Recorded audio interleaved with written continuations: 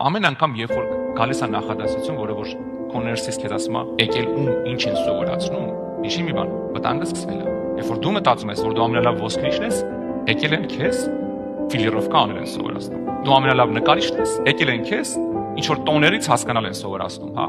Հենց որ գալիս են քեզ ու ասում են, գիտես ինչ կա հիմա,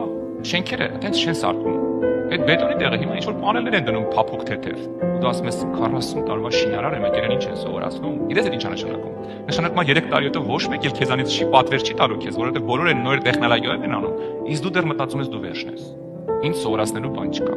Երբ որ քո մեջ գալիս է հպարտություն, սիրելիս, ու այս խոսքերը ասում է մեջը, դիմացի վտանգը սկսվել արդեն։ Եկել են ում, ինչ են սովորացնում։ Ես գիտեմ, ես կարամ, ես ուրիշ եմ։ Մեկն ամենակ ուրիշ է Հիսուսն։ Դու այնքանով ես ուրիշ, ինչքան նմանվում ես Հիսուսին։